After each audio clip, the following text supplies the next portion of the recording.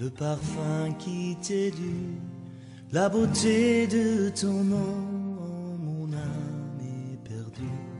Je veux n'être qu'à toi, Jésus, je t'aime.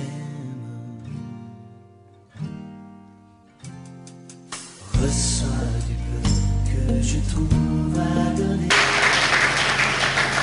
Dire merci à mon épouse pour sa patience envers moi. Et tout l'amour qu'elle ne cesse de manifester jour après jour à mes côtés et pour moi.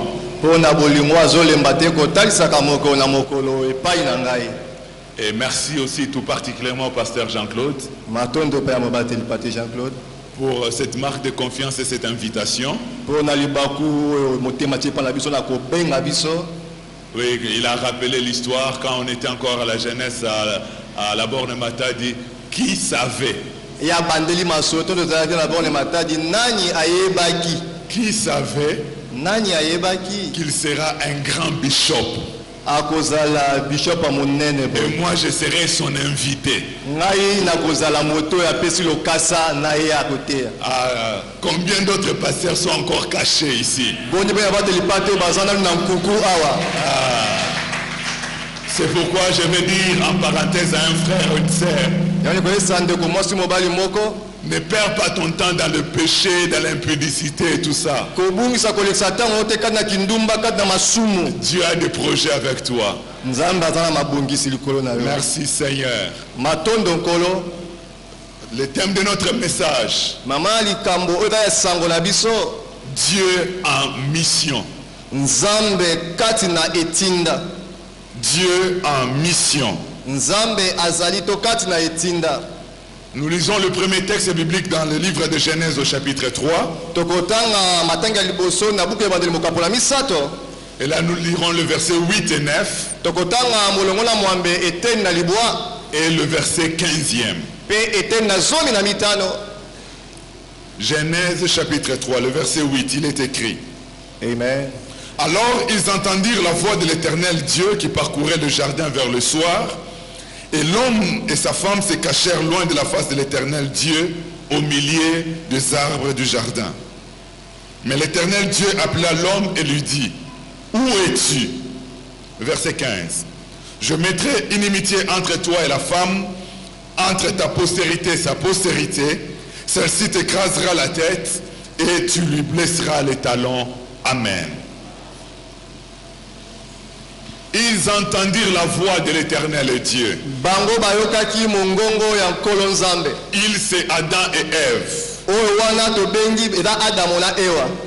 Ils étaient dans le jardin d'Éden, placés là depuis leur création. Et ils étaient créés pour être en communion avec Dieu. Les créatures en bonne relation avec leur créateur. Et ils avaient cette habitude de communion avec Dieu. Ce soir est tout particulier. C'est Dieu qui vient vers eux. Dans quel contexte? Ce n'est pas comme tous les temps passés où ils étaient en communion paisible avec Dieu. Cette fois-ci c'est différent parce que l'homme et la femme sont dans l'état de désobéissance. Ils ont enfreint au seul commandement qui leur a été donné. Car le Créateur avait dit: tu mangeras de tous les arbres du jardin, mais tu ne mangeras pas l'arbre de la connaissance du bien et du mal. Car le jour où tu en mangeras, tu mourras. Ce n'était pas 10 commandements, ni 600 commandements comme c'est le cas avec la loi de Moïse. Mais un seul, simple, mais qui a été violé. L'homme a fait l'interdit. Et désormais, il a perdu la joie de Dieu. Il a perdu la paix de Dieu. La présence de Dieu, au lieu d'être un sujet de joie, comme se réjouit ce petit enfant qui voit sa mère revenir du marché ou son père revenir du travail.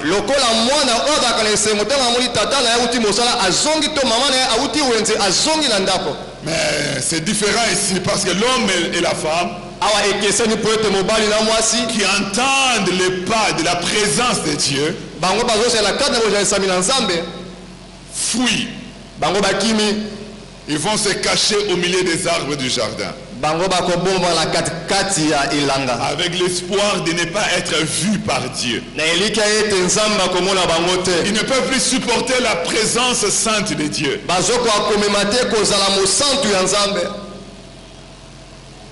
Mais l'Éternel Dieu appela l'homme et lui dit: où es-tu? L'homme n'était pas sorti du jardin. Où es-tu? Le jardin ne s'était pas transformé en désert. Où es-tu? Pourquoi Dieu pose une telle question? Il est Dieu, omniscient. Mais comment il doit poser une telle question? A-t-il perdu la vue?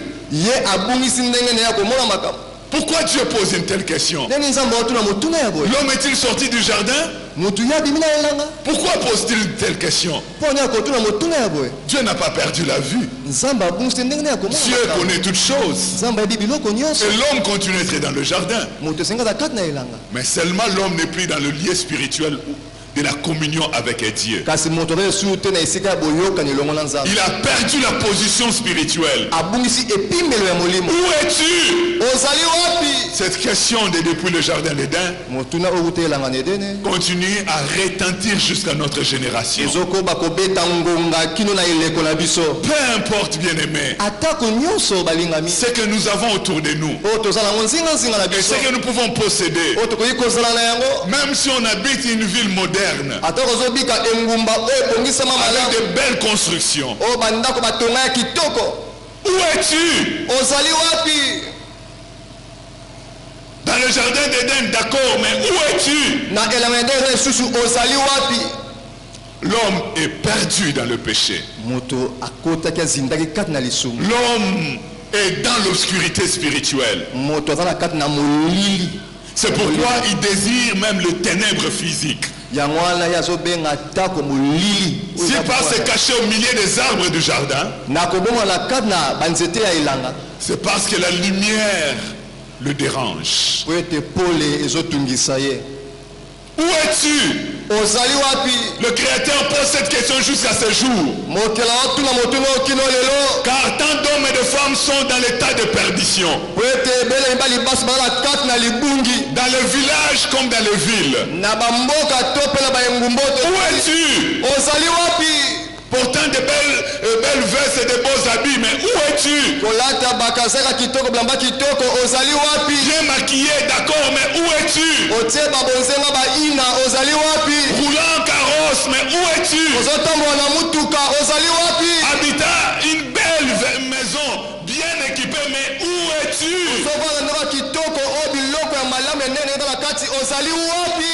Autant de personnes perdues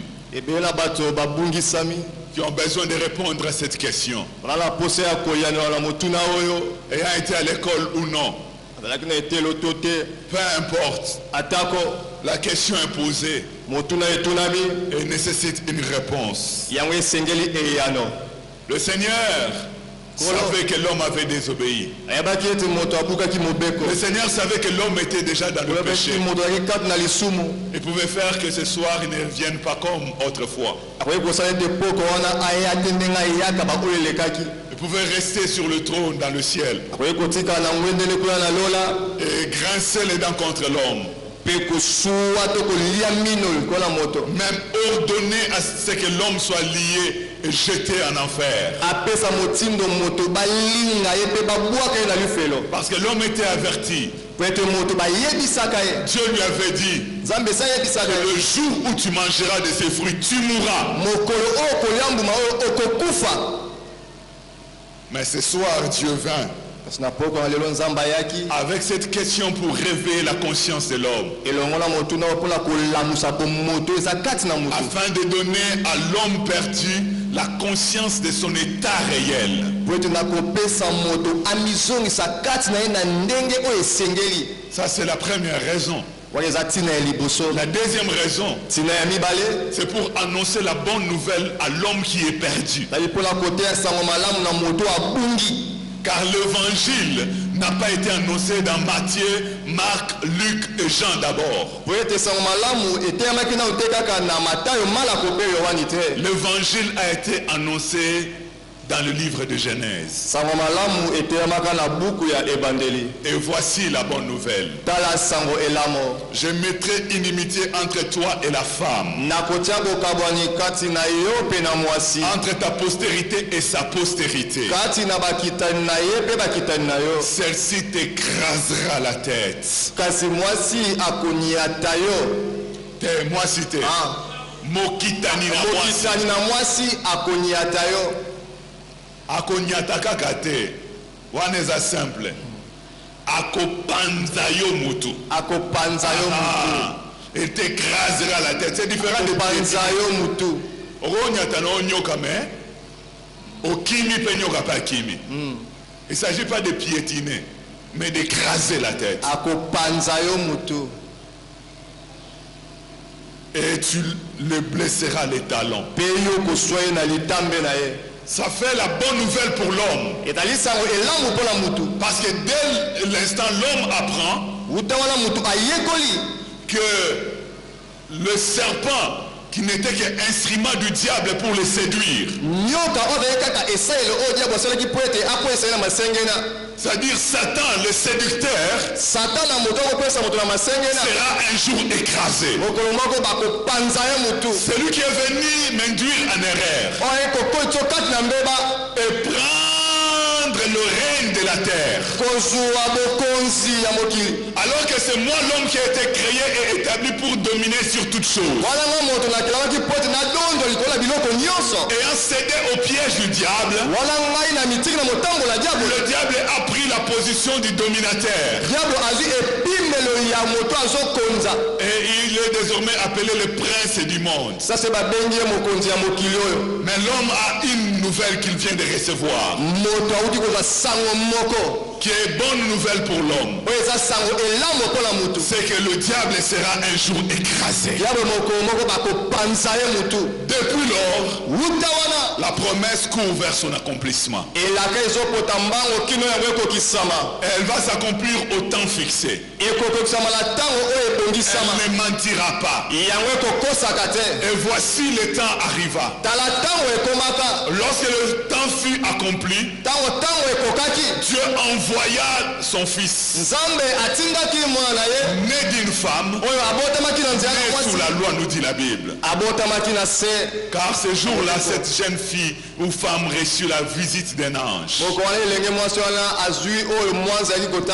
qui vint la saluer et la déclarer bienheureuse. Parce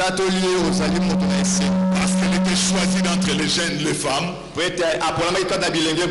pour que par elle, elle puisse amener au monde le Sauveur. Marie dit, comment cela se fera-t-il? Car je ne connais point d'homme. Ok, tu ne connais point d'homme. Ça ne sera pas par la relation entre un homme et une femme. Car la puissance du Très-Haut viendra sur toi et l'ombre du Tout-Puissant te couvrira. C'est pourquoi le saint enfant qui naîtra sera appelé fils du Très-Haut. Il est le fils de Dieu, la postérité de la femme. Non pas la postérité du couple, mais la postérité de la femme. Il est celui qui a été annoncé dans le jardin d'Éden, que la postérité de la femme viendra écraser la tête du serpent.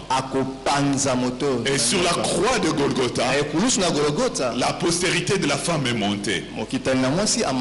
Et là, il a écrasé, il a vaincu Satan. Il a été blessé. Parce que dans le jardin d'Éden, l'évangile du jardin d'Éden avait annoncé aussi que la postérité de la femme sera blessée lorsqu'il sera en train d'écraser la tête du serpent. Et sur la croix de Golgotha, s'accomplissait littéralement l'évangile du jardin d'Éden. Dieu est venu en mission dans le jardin d'Éden et plus tard sur la terre à Bethléem, à travers Jésus jusqu'à sur la croix de Golgotha. Un jour, Dieu donna à un homme, né d'une femme et d'un homme comme chacun de nous, de parvenir jusque devant le trône de Dieu et d'entendre les échanges qui se passaient devant le conseil divin. Son nom est Ésaïe. Il nous rapporte au chapitre 6 de son livre, à partir du premier verset, et nous lirons le 8e verset. Ésaïe dit à partir du premier verset, l'année de la mort du roi Osias, j'ai vu le Seigneur assis sur un trône très élevé, et le pan de sa robe remplissait le temple. Le chérubin se tenait au-dessus de lui, et ils avaient chacun 6 ailes. Les deux ils couvraient leurs pieds, les deux ils couvraient leur face, et les deux ils s'en servaient pour s'envoler. Ils disaient les uns aux autres, Saint, Saint, Saint est l'Éternel, et la terre est remplie de sa gloire. Alors Ésaïe continue à rapporter que lorsqu'il vit cela, il s'écria, malheur à moi, car je suis un homme impur, dont les lèvres sont impures, et qui habite au milieu d'un peuple impur, et mes yeux ont vu le Seigneur. Malheur à moi. Ah oui, parce que l'homme ne peut pas tenir devant la face la sainteté de Dieu. L'homme impur, l'homme pécheur, l'homme perdu, il ne peut tenir. Et il ressent son malheur. C'était le malheur de tout un peuple, de toute l'humanité, l'état de perdition et d'impureté. Malheur à moi, je suis perdu. Malheur à moi, et je me présente devant le Créateur. Comment je suis arrivé devant lui? Je peux résister devant sa présence. Oh, la condamnation est établie. Malheur à moi. Et la Bible dit, un ange du Seigneur vint lui dire, avec une pierre, il vint toucher ses lèvres, et il ceci a purifié tes lèvres. Oh, miséricorde insondable. Devant les dieux qui devaient me condamner, j'obtiens le salut même. Ma purification est établie. Mon impureté est ôtée. Ma saleté spirituelle est enlevée par la personne qui devait me condamner. La personne qui devait me juger et me frapper. Et c'est lui qui me sauve. Quelle miséricorde. Quelle bonté. Quelle grâce. Quel amour.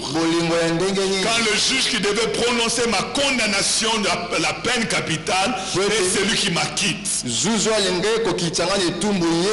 Oh Dieu, merci pour ton amour. Merci pour ta miséricorde.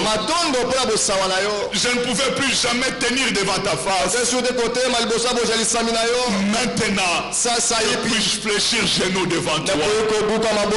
Parmi tes adorateurs, parmi ceux qui élèvent ton nom, parmi ceux qui te louent, parmi ceux qui t'admirent, parmi ceux qui te bénissent, moi qui étais perdu avec des lèvres impures. Maintenant mes lèvres peuvent louer l'Éternel.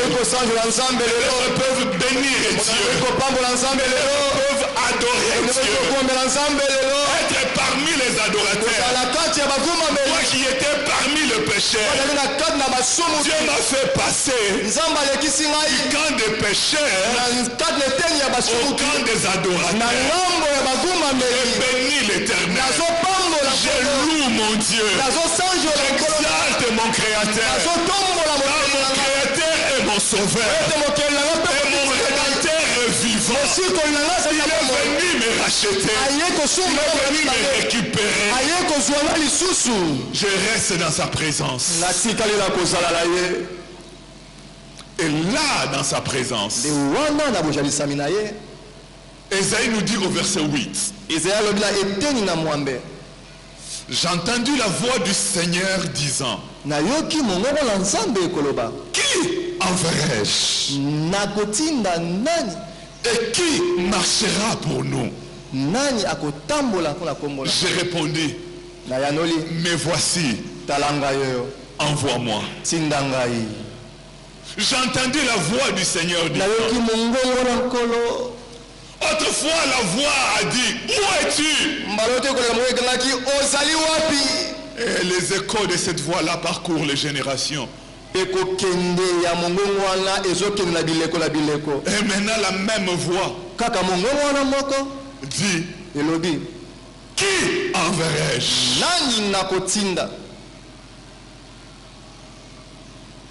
Et qui marchera pour nous?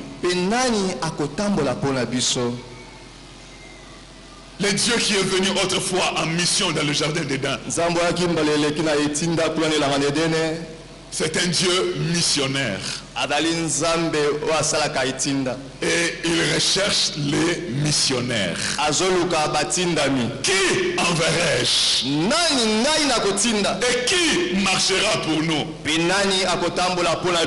Comment Dieu peut poser une telle question? Qui enverrai-je? Mais Dieu, tous les hommes sont à toi. Tu as créé les cieux et la terre. Et la terre s'est remplie des êtres humains. Comment chercher qui envoyer? Qui enverrai-je? Et la question, la suite, qui marchera pour nous? Pourquoi Dieu se met à chercher qui envoyer? Alors qu'il y a plein de gens sur la terre et qui marchent. C'est parce que chacun marche pour soi-même. Chacun marche pour ses études. Chacun marche pour son travail. Chacun marche pour son commerce. Chacun marche pour sa famille. Chacun marche pour ses propres intérêts. Voilà la vie de tous les jours. On se lève le matin. C'est pour le travail. C'est pour l'école. C'est pour aller vendre. Et on revient le soir fatigué. On pense à ce qu'on a fait comme travail. À ce qu'on a réalisé comme bénéfice, aux examens préparés. Et ainsi de suite. On vit pour soi-même. Chacun pour soi. Chacun pour sa vie. Chacun pour sa famille. Qui marchera pour nous? Dit Dieu. Qui marchera pour nous? Qui marchera pour les intérêts du royaume? Qui marchera pour le salut des perdus? Qui marchera pour que les pécheurs entendent la bonne nouvelle? Qui marchera pour la propagation de l'évangile? Qui annoncera pour apporter le message de Dieu aux hommes? Qui enverrai-je? Ils sont tous occupés de leurs propres besoins. Qui enverrai-je? Ils sont plongés chacun dans ses affaires. Qui enverrai-je? Jérémie, Esaïe dit, je répondis, mais voici, envoie-moi. Mais voici, moi j'étais perdu. Tu viens de me récupérer. Je me mets à ta disposition. Mais voici, pour répondre à l'appel. Moi j'étais égaré. Tu m'as récupéré. Mais voici, à peine j'étais souillé. À peine j'étais impur. Mais maintenant que tu m'as lavé, maintenant que tu m'as sanctifié, me voici. Avant je ne pouvais pas supporter ta présence. Maintenant que je suis réconcilié avec toi, me voici. Jadis j'étais ennemi. Maintenant que je suis ami, me voici. Avant je fouillais ta présence. Maintenant que je me réjouis dans ta présence. Mais voici, avant je ne te connaissais pas. Maintenant que j'ai reçu ta révélation, me voici. Avant j'étais éloigné. Maintenant que je suis rapproché de toi, me voici. Envoie-moi. Envoie-moi. Envoie-moi. Je suis prêt. J'ai besoin seulement de l'ordre de mission. De l'ordre de mission. La Bible nous rapporte dans l'évangile de Marc, au chapitre 16, le verset 14 et 15, et 19 et 20. Je répète, Marc 16, 14 à 15, et 19 à 20. Il est écrit, enfin, il apparut aux 11. Il c'est Jésus. Nous sommes après sa mort et sa résurrection. Il apparut aux 11 pendant qu'ils étaient à table. Et il leur reprochait leur incrédulité et la dureté de leur cœur.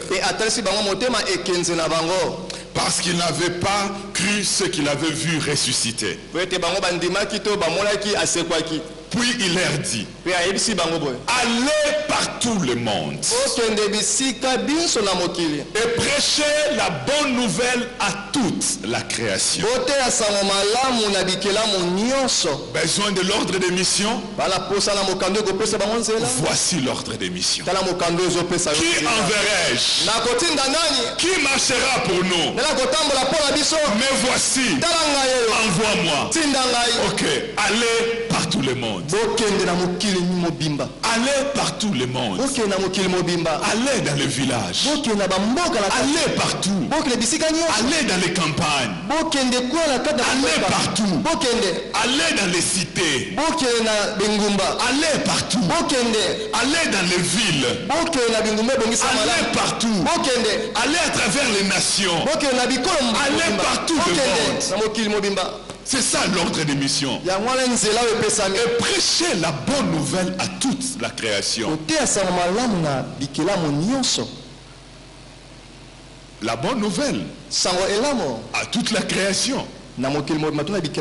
Quelle création? Cette création-là qui est corrompue. Cette création qui est dans le péché. Cette création qui est incrédule. Cette création qui est dans l'occultisme. Cette création qui est dans la sorcellerie. Cette création qui est dans l'impudicité, dans le vol, dans le magouille, dans toutes ces choses. Leur annoncer non pas le jugement, non pas le châtiment, mais leur annoncer la bonne nouvelle. Oh, la miséricorde de Dieu subsiste à jamais. L'amour de Dieu est insondable. Il charge ses disciples non pas d'annoncer le jugement, mais d'annoncer la bonne nouvelle. La bonne nouvelle. Quelle nouvelle est bonne? Si ce n'est la nouvelle qui consiste à dire à la personne qui est perdue que voici, tu es sauvé. Si ce n'est de dire aux prisonniers que tu es libéré. Si ce n'est de dire à l'esclave que tu es affranchi. Si ce n'est de dire au coupable que tu es pardonné. Si ce n'est de dire aux morts que tu as la vie éternelle. Voilà la bonne nouvelle. Prêchez la bonne nouvelle à toute la création. Le verset 15, le verset 19. Le verset 19 nous dit, le Seigneur, après leur avoir parlé, fut enlevé au ciel et il s'assit à la droite de Dieu. Celui qui a parlé, c'est le Seigneur. Parce que c'est le Seigneur, il faut écouter. Parce qu'il est Seigneur, il faut obéir. Celui qui a donné cet ordre, ce n'est pas un ami d'enfance. Ce n'est pas un voisin. Celui qui a donné cet ordre d'aller partout et de prêcher, c'est le Seigneur. Le Seigneur. On obéit au Seigneur. Est-il ton Seigneur? Est-il ton Seigneur? Si il est ton Seigneur, écoute l'ordre du Seigneur. Allez partout le monde et prêchez la bonne nouvelle à toute la création. Ainsi dit le Seigneur. Et au Seigneur on obéit. Le Seigneur, après leur avoir parlé, fut enlevé au ciel et il s'assit à la droite de Dieu. Il mérite de s'asseoir sur le trône, car sur la croix il a tout accompli. Il mérite de s'asseoir. Il a réalisé la mission avec succès. Il mérite de s'asseoir sur le trône, d'être souverainement élevé au-dessus de toute autorité, de toute domination et de tout nom. Il mérite de s'asseoir sur le trône. Lui le sauveur. Mais notre Dieu est un Dieu missionnaire. Ce n'est pas un fainéant. Ce n'est pas un distrait. Ce n'est pas un dormeur. C'est un Dieu travailleur. Au verset 20 il est dit, et ils s'en allèrent prêcher partout. Ils, ce sont les disciples. Ils s'en allèrent prêcher partout. La suite de ce verset dit, le Seigneur travailler avec eux et confirmer la parole par le miracle qui l'accompagnait. Le Seigneur travaillait avec eux. Dieu aime la mission. Notre Dieu est missionnaire et Dieu tient à ce que la mission se fasse. Et quand nous sommes engagés dans la mission, Dieu qui a donné l'ordre de la mission ne reste pas pour attendre et recevoir les rapports de la mission. Lui qui a donné l'ordre suprême. Lui qui a engagé les gens dans le champ missionnaire. La Bible dit que le Seigneur travaillait avec eux. Alléluia. Dieu est en mission. Non seulement dans le jardin d'Éden, il est venu en mission. Jusqu'à présent, Dieu est en mission. À la recherche des perdus. Dieu est en mission. Pour le salut des pécheurs. Dieu est en mission. Pour que ceux qui sont dans les ténèbres voient la lumière. Que les morts reçoivent la vie. Que les perdus soient retrouvés. Les pécheurs soient pardonnés. Dieu en mission. Quand Dieu dit, qui enverrai-je et qui marchera pour nous? Ce n'est pas que lui il est paresseux. Ce n'est pas que lui il est fatigué. Ce n'est pas qu'il est handicapé. Mais Dieu veut seulement donner le privilège à l'homme de coopérer avec lui. D'entrer en mission avec lui. C'est une grâce. C'est une faveur. L'œuvre est l'œuvre de Dieu. La mission est la mission de Dieu. Mais Dieu veut s'associer des hommes et des femmes avec qui il va travailler. Le Seigneur travaillait avec eux. Tu travailles avec des hommes, mais tu peux travailler aussi avec Dieu. Tu as des collègues de service, mais tu peux devenir aussi collègue de service de Dieu. Ah, tu as des chefs et tu as des camarades. Dieu veut aussi être ton collaborateur. Dieu veut être ton collègue de service. Tu travailles avec qui? Je travaille avec Dieu. Alléluia. Vous savez, quand on travaille quelque part, c'est que c'est un service haut placé. Vous imaginez quelqu'un qui est conseiller du chef de l'État. Il est fier de dire non, moi je travaille avec le chef de l'État. Je travaille avec le chef de l'État. Je travaille avec le chef de l'État. Je vois des médecins qui ont prêté serment en RDC. Ils sont fiers de dire médecin de l'État ou du gouvernement congolais.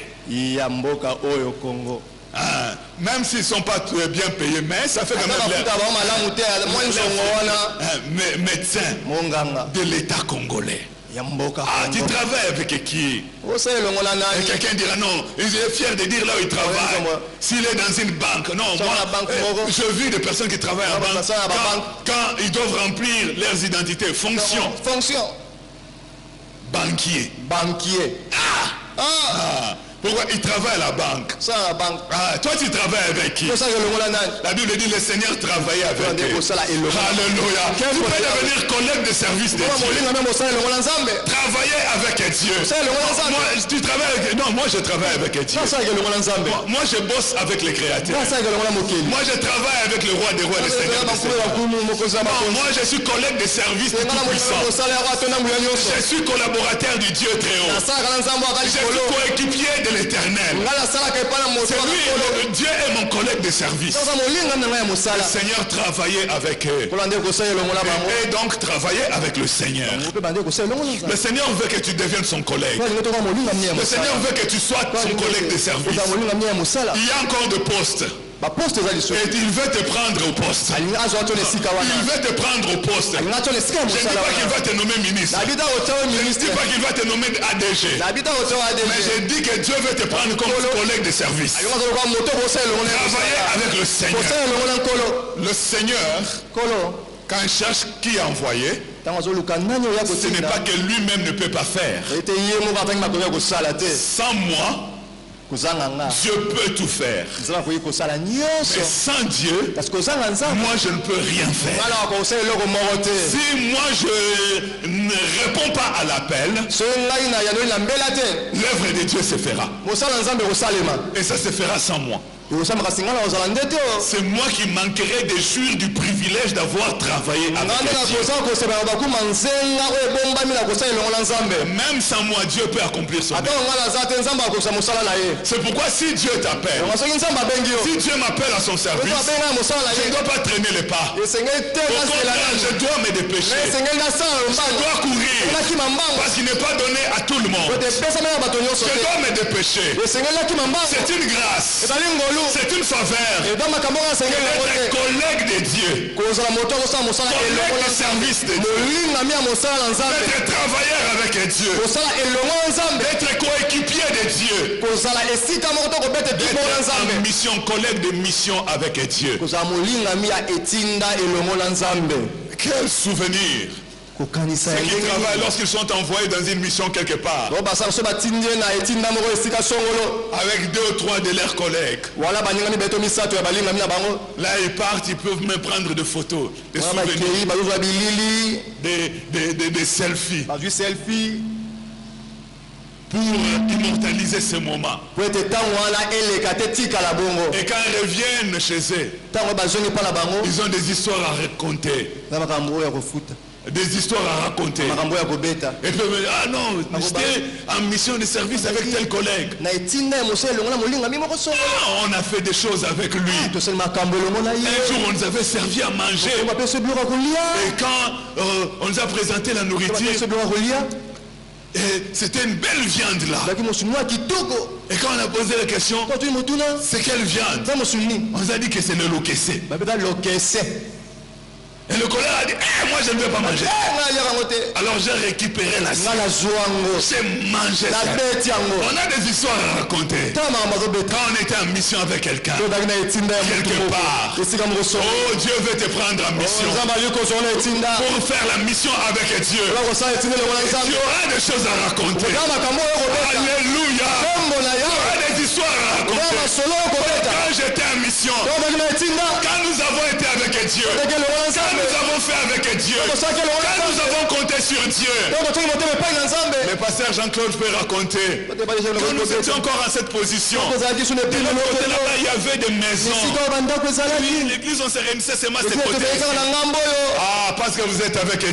Vous pouvez raconter. Et puis nous avons acheté l'endroit. Et puis nous avons détruit ces maisons qui étaient là. Et puis nous avons élargi. Et puis nous avons construit quelques locaux là-bas. Et puis nous nous attendons à élargir Alléluia. Et puis nous construirons un temple. Et avec des balcons. Dieu nous a visités. Dieu nous a secourus. Quand on est en mission avec Dieu, il y a des histoires à raconter. Il y a des histoires à raconter. Le pasteur Jean-Claude venait de dire tout à l'heure que je venais d'être à Maïndombe. Et là, j'ai travaillé à Inongo. Mais je suis allé au-delà de la ville de Inongo. Je vous assure, je suis allé au milieu, dans des villages là, dans la forêt, au milieu de pygmées. Le peuple autochtone pygmée. Je vis la grâce de Dieu. Je vis la miséricorde de Dieu. J'ai eu à leur apporter la parole de Dieu. Je vis comment ils recevaient la parole avec joie. Et j'ai prié pour ceux qui étaient malades. Et à l'instant, il y a eu des témoignages de guérison immédiate. Il y a des histoires à raconter. On est en mission avec Dieu. Des histoires à raconter. Je suis arrivé dans des endroits où il n'y a jamais une église de tous les temps que l'église existe sur la terre. Donc, depuis les jours de la Pentecôte, où Pierre a prêché, 3000 hommes jusqu'au mois de mars, des endroits où jamais une église n'existe. Je suis arrivé. Et j'ai prêché la parole de Dieu. J'ai vu des gens se convertir et donner leur vie à Jésus. Pendant que je suis de retour ici, à Inongo, j'ai laissé quelqu'un qui me sert de pont chaque fois que je dois envoyer des choses dans ce village au milieu des peuples pygmées ou recevoir de leurs nouvelles.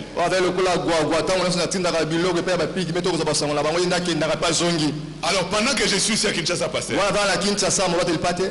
un jour, la personne que j'ai laissée, qui est là-bas à Inongo comme point focal,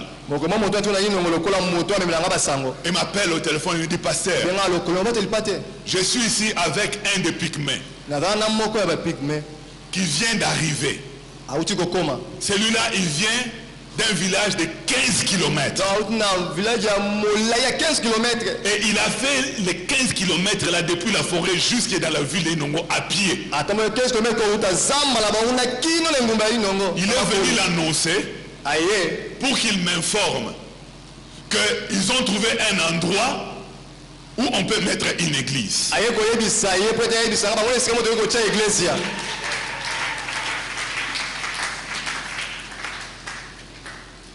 Voilà, à pied, plus de 15 km. 15 km.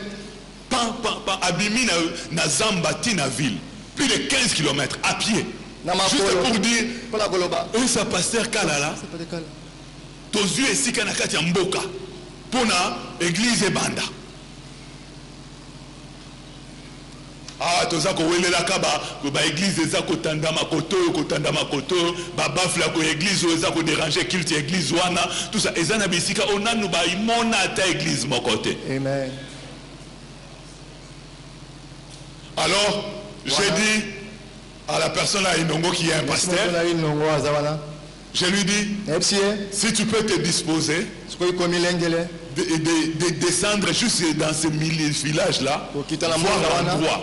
Je ne voudrais pas que ça soit gratuit. Je lui ai dit, vois l'endroit, renseigne-toi à qui ça appartient et que le propriétaire se dispose à nous vendre, nous achetons.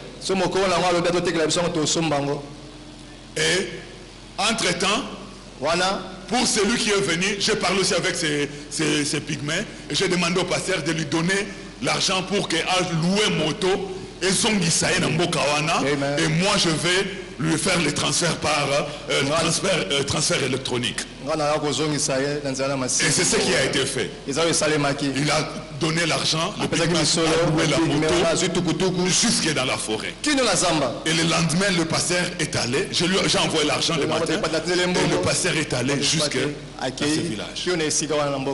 Et le soir, il est revenu avec des images vidéo qu'il avait fait de l'emplacement.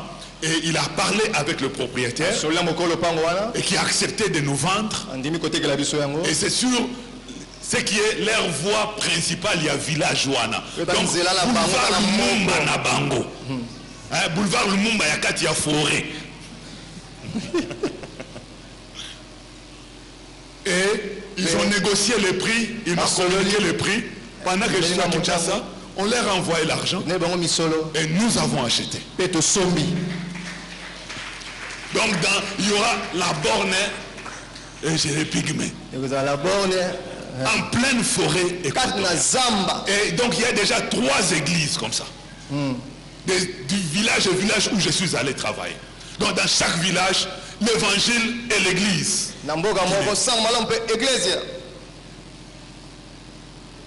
Et Dieu faisant grâce, avant qu'on termine cette année, je vais encore faire la ronde et aller encore plus loin que là où je suis allé. Je sais dans mon esprit que le Seigneur est en train de vouloir faire quelque chose en forêt équatoriale. La forêt équatoriale va brûler du feu de l'esprit. Du feu de l'esprit. Et ce que le Seigneur m'a dit, c'est qu'il va faire de ce peuple-là des géants dans le Seigneur. Voilà la parole que j'ai reçue du Seigneur. Alors je me dépêche. cherche. Me voici, envoie-moi. Je quitte la ville de Bandundu. Je quitte les villas. Je quitte les véhicules. Je vais dans la forêt. Je vais à pied. Je vais avec la moto. Je vais avec la pirogue. Parce que le Seigneur est le Dieu de la mission. Notre Dieu, c'est un Dieu missionnaire. Et s'il te choisit toi et moi, s'il t'appelle toi et moi, les rejoindre dans le service, il veut faire de nous des collègues de service de Dieu. Des collègues de service. Des coéquipiers avec Dieu. Dieu veut des personnes qui s'engagent dans la mission. Dans Ézéchiel chapitre 22, au verset 30, il est dit ceci. Je cherche parmi eux un homme qui élève un mur, qui se tienne à la brèche devant moi en faveur du pays, afin que je ne les détruise pas. Mais je n'en trouve pas. Waouh! Seigneur, Dieu cherche un homme. Il ne dit pas que je cherche une foule. Il dit je cherche un homme.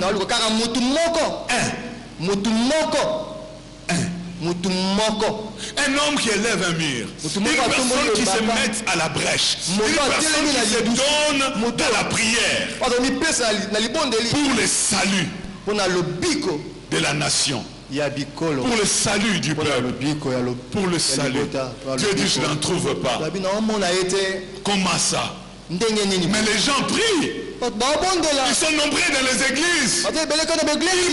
Dans les églises, il y a des programmes de prière. Dieu ne voit pas des gens qui prient. Des gens font de 21 jours de prière. De 30 jours de prière. De prière de Daniel. Le programme de prière de Goliath va tomber. De prière contre le mur de Jéricho. De 40 jours de prière. De 100 jours de prière. Comment Dieu ne voit pas quelqu'un qui prie alors que ceux qui prient sont nombreux? Ceux qui prient sont nombreux. Hein? Que demandent-ils dans leur prière? Que disent-ils? Penchez un peu l'oreille pour entendre. Écoutez la prière de ces foules qui prient. Seigneur, mon mariage. Seigneur, mon voyage. Seigneur, ma voiture. Oh, Kolo. Histoire ya vie nangai. Et comme n'a pas géniné. Voilà la prière. Seigneur,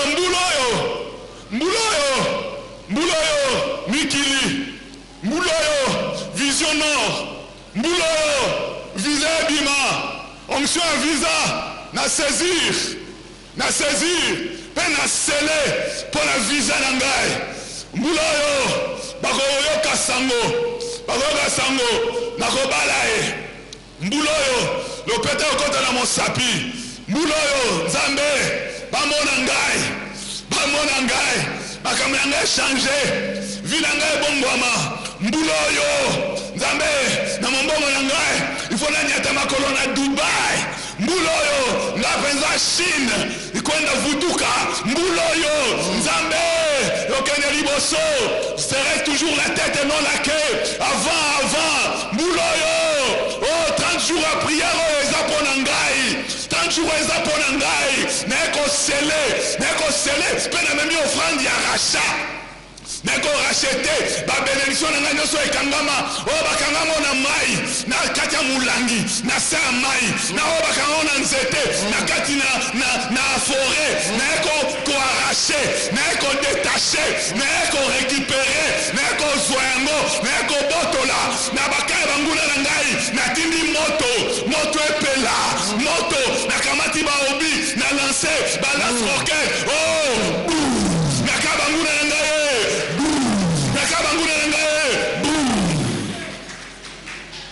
Et le peuple prie. Et le foule prie. Dieu dit, pendant que le foule prie, Dieu dit, je cherche parmi eux un homme qui élève un mur, qui se tienne à la brèche devant moi en faveur du pays, afin que je ne les détruise pas, mais je n'en trouve point.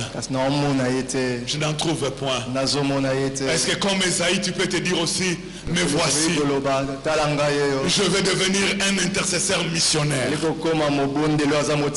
Je vais porter le fardeau de la mission dans mes prières. Je vais commencer à prier aussi pour le salut des âmes, pour que l'évangile progresse, pour que les cœurs se convertissent, pour qu'il y ait un vrai réveil, pour que les églises s'implantent. Je vais prier, prier et prier. Je vais gêner, je vais prier pour ça. Je vais faire des nuits de prière, je vais faire des retraites de prière pour ça.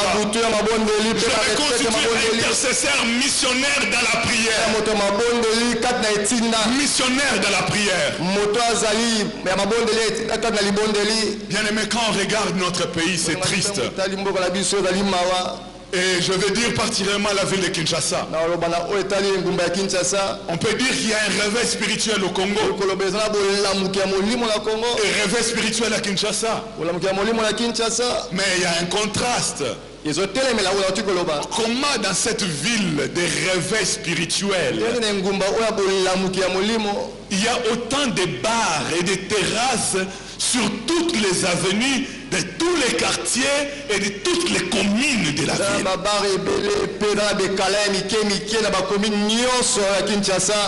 Kinshasa, c'est un bar à ciel ouvert. Chaque jour, chaque soir, les tables sont remplies de buveurs et de bouteilles de bière posées sur les tables. C'est une ville qui a le réveil spirituel avec autant d'ivrognes. Réveil spirituel avec autant de bars partout. D'un coin à un autre d'une avenue, bar après bar. Et des avenues entières consacrées aux bars et aux terrasses. Quand il y avait réveil à Kinshasa, j'ai dit quand il y avait réveil à l'époque, les salles de ciné se transformaient et des bars se transformaient en des salles de prière, des groupes de prière et des églises. Mais ce n'est plus le cas aujourd'hui. Quel réveil spirituel avec une population qui respire le magouille, la corruption et le détournement au jour le jour. Dans tous les services, c'est l'argent. La corruption. Il faut donner l'argent pour obtenir une signature. Il faut donner l'argent pour occuper un poste. Il faut donner l'argent pour obtenir sa prime ou son salaire. Il faut commencer d'abord à sacrifier peut-être ces 3 premiers mois de salaire au chef pour que tu sois aligné sur la liste des payes. Corruption sur corruption. Partout. C'est l'argent. Moi j'ai constaté une chose. Quand un Congolais est gentil envers toi, c'est parce qu'il attend qu'il va recevoir de toi de l'argent. Mais sinon, le cœur du Congolais est mauvais, méchant. C'est quand il veut te prendre l'argent qu'il est souriant. Il utilise le langage poli. Chef. Grand frère. Patron. Yaya. Maman. C'est parce qu'il veut te prendre de l'argent. Partout, c'est comme ça. Même dans les supermarchés, il y a les agents des sociétés, services de gardiennage. Ils sont là. Quand tu sors du supermarché, et il prend tes bagages jusqu'au véhicule. C'est pas la gentillesse. C'est parce qu'il veut que tu lui donnes l'argent. Rien de gentil. Dans un pays de réveil spirituel, le langage, c'est le langage impoli et un langage déplacé en cours de route. Aucune règle n'est respectée. Sur la route, nous nous engageons tous comme des animaux. Des animaux. Les avenues de Kinshasa ressemblent au couloir des animaux dans la jungle, où il n'y a pas de règles, il n'y a pas de code. C'est comme des sentiers des animaux sauvages dans la forêt ou la savane. C'est dans tous les sens que ça va. Dans tous les sens. Dans l'espace piéton circulent le véhicule et le moto. Et sur la chaussée où doit rouler le véhicule, les piétons vous passent dans tous les sens. Les bancs de piétons là ne disent rien. À n'importe quel niveau de la route, un piéton peut sortir et il traverse. À n'importe quel endroit. La moto qui roule devant toi peut brusquement s'arrêter et faire demi-tour. C'est normal. Un véhicule peut s'arrêter, s'assurer brusquement devant toi. Un autre peut venir te dépasser à l'endroit interdit. Un autre vient prendre place devant toi sans clignoter. Jungle des animaux. Ça ressemble aux animaux. Mais tout ce monde-là qui circule ainsi tous les jours va où? Dans les églises. Dans les églises. C'est ça le réveil spirituel.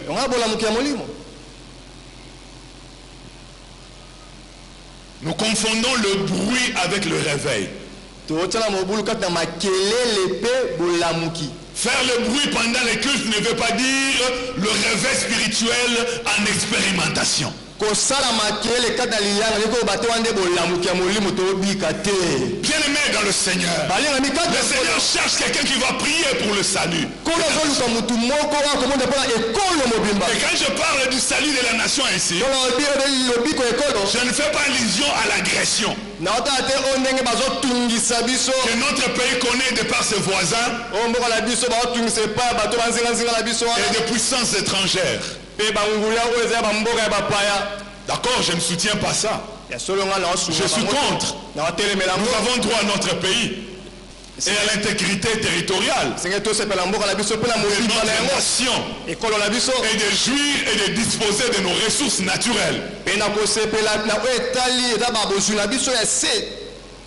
Mais comment ça va changer avec des cœurs corrompus qui vendent ce pays? D'où vient que l'étranger pénètre facilement? Si ce ne sont les nationaux corrompus qui vendent la nation, qui vendent des territoires,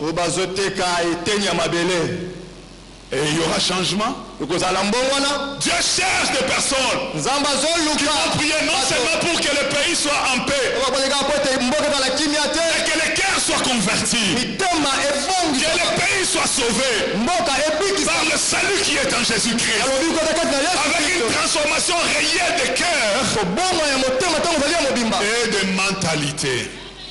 par le fait de la parole de Dieu. Je vais terminer avec cette parole. Dans l'évangile de Luc, au chapitre 5, les 6 premiers versets. La Bible dit: comme Jésus s'est trouvé auprès du lac de Génézareth, et que la foule se pressait autour de lui pour entendre la parole de Dieu, il vit au bord du lac des barques, d'où les pêcheurs étaient descendus pour laver leurs filets. Il monta dans l'une de ces barques qui était à Simon, et il le pria de s'éloigner un peu de terre. Puis il s'assit et de la barque il enseignait la foule. Lorsqu'il eut cessé de parler, il dit à Simon: avance en pleine eau et jetez vos filets pour pêcher. Simon lui répondit: Maître, nous avons travaillé toute la nuit sans rien prendre, mais sur ta parole je jetterai le filet. L'ayant jeté, ils prirent une grande quantité de poissons et leur filet s'est rompu. Jésus au milieu de la foule. La foule s'est pressée autour de lui pour entendre la parole de Dieu. Il y a des foules qui ont besoin d'entendre la parole de Dieu. Il y a des personnes qui désirent le message du salut. Il faut les prédicateurs. Et voici ici, il y a un prédicateur. Jésus est là pour prêcher la bonne nouvelle, annoncer la parole de Dieu. Mais cela demande des moyens matériels, la logistique. La Bible dit qu'il y avait là au bord du lac des barques. L'une appartenait à Simon, appelé Pierre. Des barques. Deux barques. Tu peux dire à ton voisin: deux barques. Aide-moi encore à le dire bien. Deux barques. Gloire à Dieu. Il y avait deux barques. Jésus va monter, a besoin d'une barque pour annoncer la parole de Dieu. Jésus a besoin d'une barque.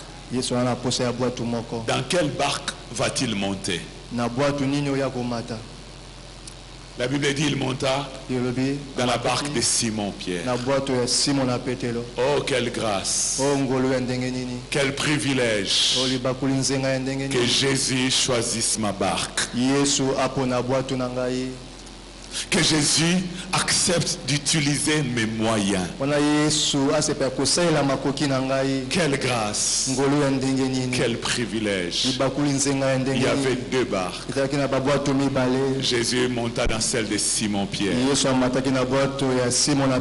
Jésus veut utiliser tes moyens. Parce que l'évangile, ça demande aussi l'engagement des moyens. La mission demande aussi la disponibilité des ressources matérielles et financières.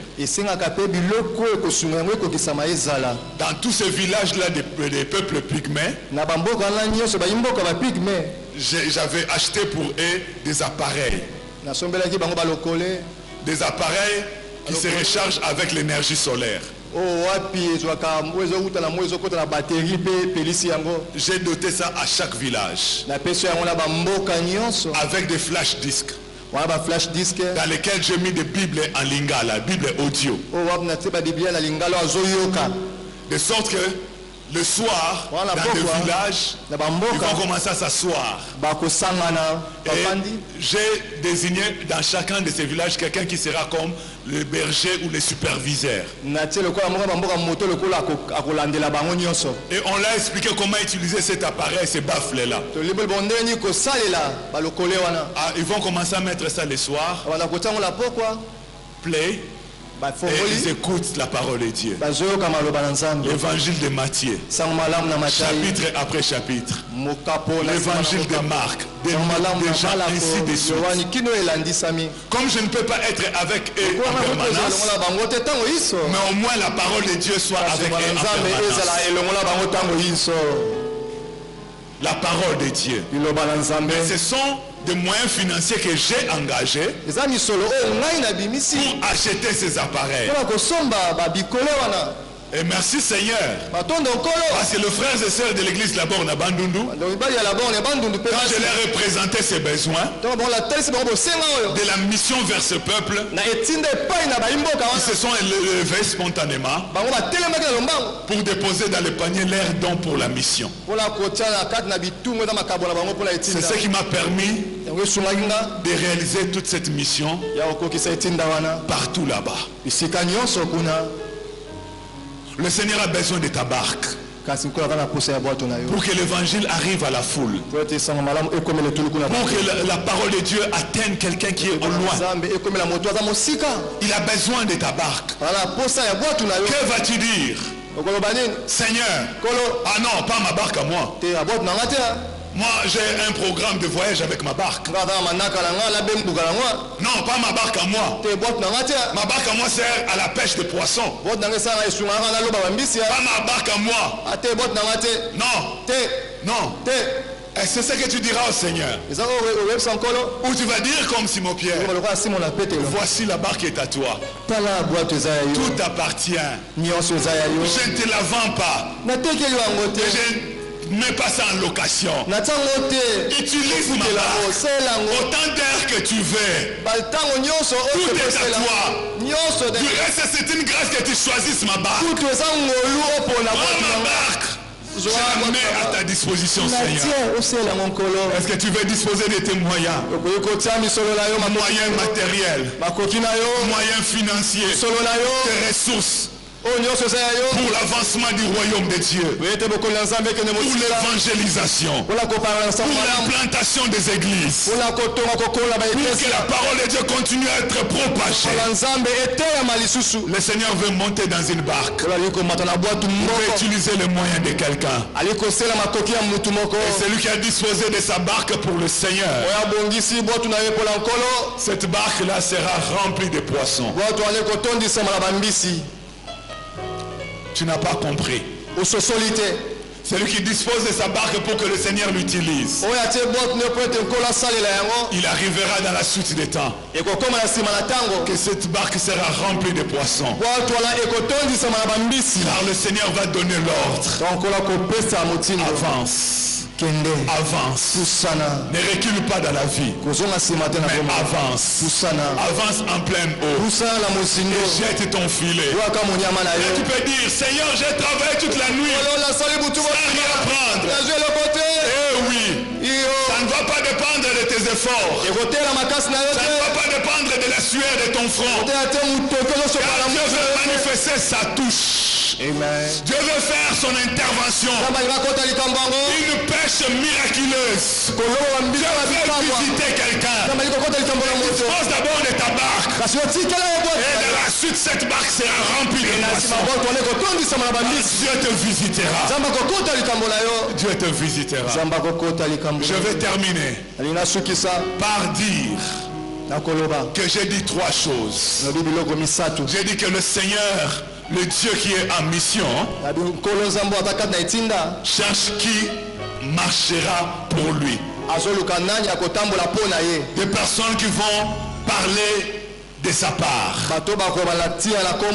qui vont apporter sa parole, son message aux autres. La deuxième chose que j'ai dite, c'est que le Seigneur cherche qui s'élèvent des hommes et des femmes, des personnes qui s'engagent dans leur vie de prière à prier pour la propagation de la parole de Dieu, l'implantation des églises, à prier pour la mission, pour le salut des âmes, pour les serviteurs qui sont dans le champ missionnaire. Et la troisième chose que j'ai dite, c'est que le le Seigneur veut utiliser une barque. Nzamba likose la boîte moko. Que quelqu'un dispose de ces moyens Moto moko atia makoki na ye. qui serviront à faire avancer l'évangile. Ekosala ete sango malamu ekende liboso. Voici les trois choses. Sala biloko misatu. Qui veut répondre à l'une des trois, Na liko ya na moko la kati na misato. ou alors à toutes les trois. To na misato nyonso. Qui veut répondre à l'appel du Seigneur. Na liko ya na mbela na Nzambe. Prions. To bondela.